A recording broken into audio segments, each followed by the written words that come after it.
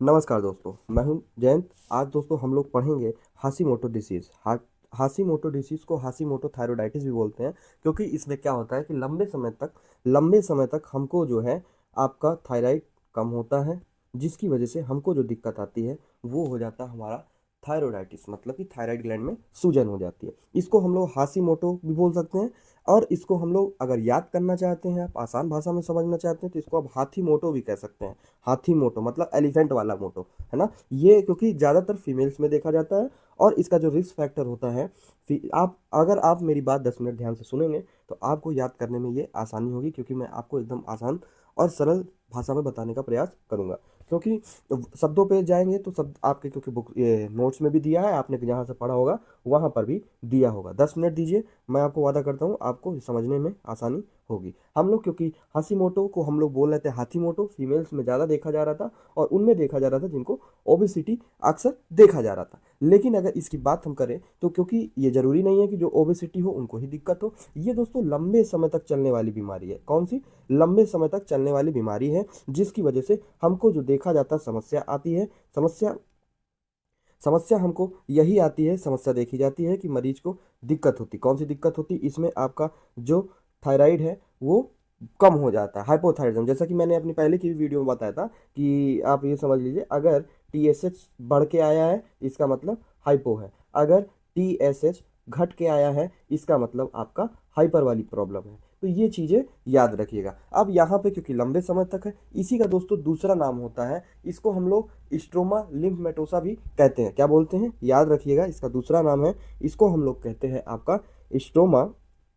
मैं ये भी बताऊंगा क्यों बोलते हैं इस स्ट्रोमा लिम्फ लिम्फमेटोसा। ये हम लोग इसलिए बोलते हैं क्योंकि नॉर्मली जो है होना चाहिए क्या, थायराइड का फॉलिकल, लेकिन थायराइड जो है, जो थायराइड का टिश्यू है वो आपका चेंज हो जाता है लिम्फॉइड टिश्यू में। किसमें चेंज हो जाता है? लिम्फॉइड टिश्यू में। Thyroid tissue change into lymphoid tissue, इसीलिए इसका नाम हमने नामकरण रख दिया गोलू। मतलब कि जैसे कि घर में भी किसी का दो नाम होता है, एक होता है गोलू, हो सकता है दूसरा नाम उसका जतिन रख दिया जाए। तो ये जो जतिन यानी कि हाशीमोटो डिजीज है वो आपका ऑफिशियल नाम है, लेकिन इसको जो घर में बुलाने वाला नाम है, कई बार क्योंकि इसके काम की वजह से भी बोलते हैं गोलू बड़ा शरारती लड़का है, तो इसलिए हमने इसको बोल दिया आपका स्टोमा लिम्फमेटोसा। क्योंकि इसमें जो आपका एक चीज और देखा जाता है, इसमें होता है आपका, आप इसमें आपका लिम्फेटिक, इसमें आपका लिम्फेटिक इन्फिल्ट्रेशन भी होता है, इसीलिए इसका जो सारा घूमता फिरता है लिम्फॉइड टिश्यू के आसपास घूमता रहता है। अब जैसा कि मैंने आपको बताया कि ये प्रॉब्लम है आपकी ऑटो इम्यून। ऑटो इम्यून है तो इसमें देखिए दो एंटीबॉडी बनती है,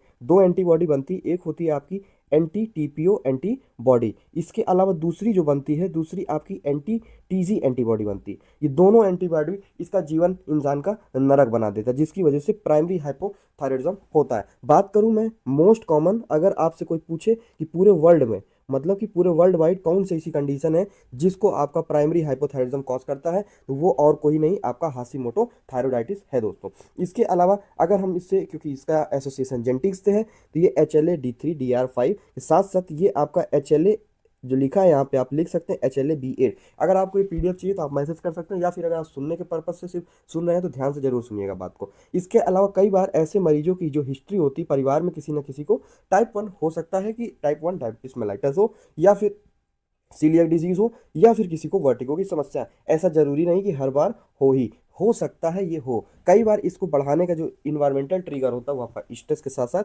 इन्फेक्शन भी होते हैं। इसके अलावा मैंने आपको पैथोजेनेसिस इसकी बता दी। पैथोजेनेसिस में एक चीज याद रखिएगा, इसको मैंने बताया था कि हाशीमोटो, मतलब हाशीमोटो में HA आ रहा था, ये दो चीज याद रखिएगा। यहाँ पे S से है आपका हर्दल सेल। हर्दल सेल बहुत इंपॉर्टेंट है, ये पैथोलॉजी का भी क्वेश्चन है, रॉबिन्स का पॉइंट है। इसके अलावा दूसरा जो सेल इसमें आपका पाया जाता है अस्कानजी सेल। अस्कानजी सेल से आप याद कर सकते हैं अस्कानजी सेल, ठीक है। या फिर आप ऐसे भी याद कर सकते हैं, अगर आपको दिक्कत हो रही, याद नहीं हो रहा है, तो याद कर लीजिए एक अस्का करके कोई फीमेल है या लड़की है जो कि जो है बहुत ज़्यादा हंसती रहती है, ठीक है। ऐसे भी आप याद कर सकते हैं, या फिर जैसा कि, क्योंकि नाम से अगर आप याद रखेंगे ज़्यादा बढ़िया रहेगा, क्योंकि इसमें आपका हाशीमोटो आ रहा तो S से आपका हर्टल सेल हो गया, और A से आपका अस्कानजी हो गया। या फिर आप ऐसे याद करिए कि जो अस्का करके लड़की है ये बहुत ज़्यादा हंसती रहती है ना। तो अस्का मतलब अस्कानजी सेल, और HU मतलब आपका हर्दल सेल। इसके अलावा इसमें लिम्फेटिक इन्फिल्ट्रेशन देखा जाता, मैंने बताया था, जिसकी वजह से हाइपोथायराइडिज्म आपको देखा जा रहा था। इसके बाद आएंगे इसके सिम्टम्स के ऊपर, तो और इसके सिम्टम्स दो फेज में आते हैं। इसका सिम्टम्स दो फेज में आता है, अर्ली और लेट, मतलब पहले क्या होगा बाद में क्या होगा। कई बार ये मिमिक करता है हाइपरथायरिज्म से। इसकी वजह से हो सकता है शुरू में जो मरीज को हाइपोथायरिज्म होना था वो नहीं होता, शुरू में होता है आपका हाइपरथायरिज्म। तो ऐसे केस में सिम्टम्स आते हैं आपके किसके, हाइपरथायरिज्म वाले, जैसे कि दिल की धड़कन बढ़ जाती है, मरीज को घबराहट होने लगती है। इसके साथ साथ मरीज ऐसा बताएगा कि डॉक्टर साहब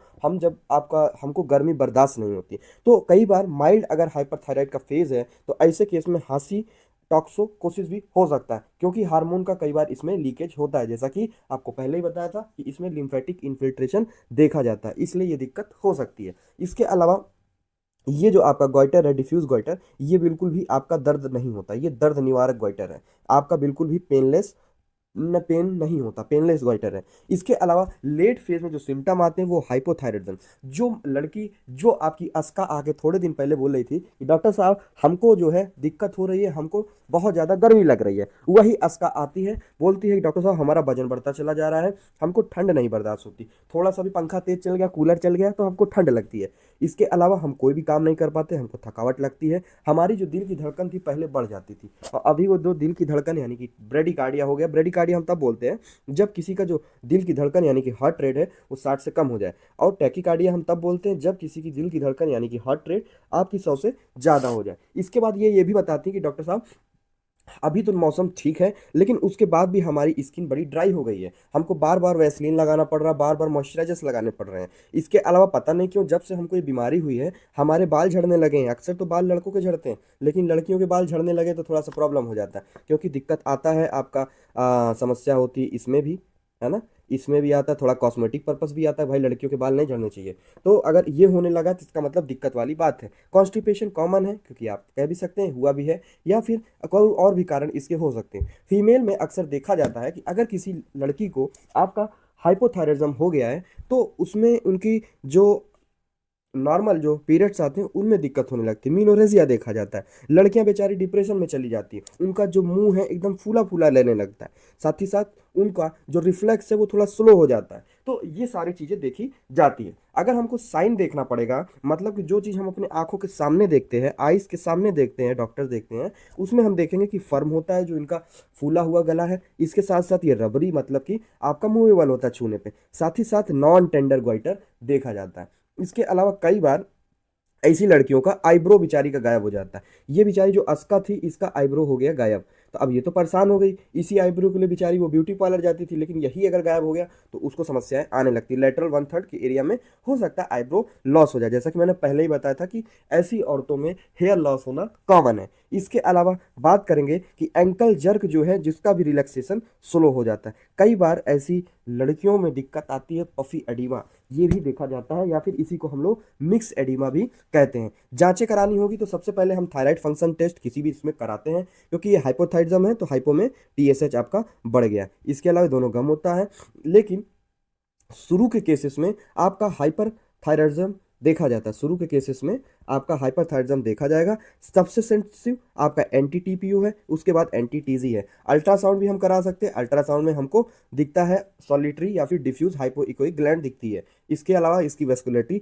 बढ़ जाएगी। और जो एफएनएसी है, एफएनएसी जो हम करते हैं तो एफएनएसी में हर्दल सेल देखा गया था, लिम्फोसिटिक इन्फिल्ट्रेशन देखा गया था, साथ ही साथ मैंने आपको एचए यानी कि अस्का की कहानी सुनाई थी जिसमें आपका अस्का नाजी सेल भी देखा गया था। रात करेंगे कॉम्प्लिकेशन की हाइपोथायरिज्म हो सकता है, मिक्स एडिमा कोमा भी देखा जा सकता है, साथ ही साथ थायराइड का जो लिम्फोमा है उसका खतरा भी बढ़ जाएगा। बात करेंगे दोस्तों इसके ट्रीटमेंट की, तो क्योंकि ऐसी औरतों को जिंदगी भर लेवोथॉरेक्सिन खाना पड़ता है, ऐसे लोग जिनको आपका हाइपोथायरिज्म हो गया है तो लेवोथॉरेक्सिन खाना पड़ेगा। डोज इसका होता है 1.6 mcg पर केजी पर डे के हिसाब से डिवाइड होता है। वहीं हमारा जो गोल होता है वो ये होता है कि टीएसएच आपका नॉर्मलाइज हो जाए। तो कई बार अगर किसी को हासी टाक्सिकोसिस हो गया है तो ऐसे केस में क्योंकि दिल की धड़कन बढ़ गई थी तो हमने इनको दिया बीटा ब्लॉकर, लेकिन इसके साथ हम एंटी थायराइड दवाई नहीं देते। क्यों नहीं देते भाई, उसका पहले से ही थायराइड आपका क्या है, कम है, इसलिए हम एंटी थायराइड नहीं देते। वहीं ग्रेव्स डिसीज में हम बीटा ब्लॉकर के साथ साथ आपकी एंटी थायराइड भी दे रहे थे। सर्जरी बहुत रेयर केस में करते हैं। इसके अलावा बात करें दोस्तों वन लाइनर्स की, जो कि इंपॉर्टेंट है, ये भी आपको ध्यान से सुनना है। मोस्ट कॉमन क्या था, ये सारी चीजें मैं आपको बता चुका हूँ, हाशिमोटो थायराइडाइटिस। इसके बाद कौन सी सेंसिटिव एंटीबॉडी है, एंटी टीपीओ है। स्पेसिफिक कौन सी बोली जाती है, स्पेसिफिक बाकी एंटी टीजी है। अगर एफएनएसी में देखेंगे तो हर्टल सेल और लिम्फोसाइट देखा जाएगा। लेकिन आपको अस्का की कहानी सुनाई थी, अस्का नजी सेल भी इसमें देखा जाता है। अब ऐसे केस में हासी टॉक्सिकोसिस क्या है, ये आपका ट्रांजिएंट हाइपरथायराइड फेज है, जिसके बाद जो इसमें रिस्क है मेलिग्नेंसी का, हाँ नॉन हॉजकिन लिम्फोमा, यानी कि इसका खतरा बढ़ जाता है। छूने पे उनका जो रबरी टेंडर दिखता, जिंदगी भर क्या खाना है, लेवोथायरक्सिन खाना है। ऑटोइम्यून मैकेनिज्म कैसी होती, T cell mediated. T cell का मतलब CD4 और आपका जो है CD8 का जो है गड़बड़ हो जाता है, टी सेल मीडिएटेड। इसके अलावा महिलाओं में ज़्यादा होता है। थायराइड आपका धीरे धीरे धीरे धीरे मरने लगता है, एट्रोपिक स्टेज देखा जाता है। अगर महिला सुट्टा पीती है, सिगरेट पीती है, तो उसकी जो कंडीशन है वो थोड़ा गड़बड़ हो सकती है। इसके अलावा एंटी टीपीओ हाईएस्ट देखी जाती है हाशिमोटो में, और एंटी TSI ग्रेव्स डिसीज में देखा जाता है, मतलब थायराइड सेंसिटिव एंटीबॉडी बोलते हैं उसमें, ठीक है, थायराइड स्टिमुलेटिंग वहां पर होता है। अब हाइपोथायराइडिज्म के पेशेंट में एंकल का जो रिफ्लेक्स है वो डिले देखा जाता है। और हाशिमोटो में हाइपरथायराइडिज्म से शुरू होता कहानी, जो कि हम लोग हाशी टॉक्सिकोसिस भी कहते हैं। इस वीडियो में हम लोगों ने समझा हाशिमोटो डिजीज के बारे में। अगर आपको समझ में आई, कोई और टॉपिक चाहे तो आप कमेंट करके अपनी राय दे सकते हैं, या फिर अगले टॉपिक में हम मिलेंगे किसी और टॉपिक के साथ। आपसे रिक्वेस्ट करूंगा कि आप इससे पहले ग्रेव्स डिजीज भी देख लीजिए, ताकि आप वो सारी चीजें समझ सके। मिलते हैं दोस्तों अगली वीडियो में, तब तक के लिए धन्यवाद। अगर कोई सुझाव हो तो कमेंट करके दे सकते हैं। तब तक के लिए मस्त रहें, स्वस्थ रहें। Thank you, have a nice day.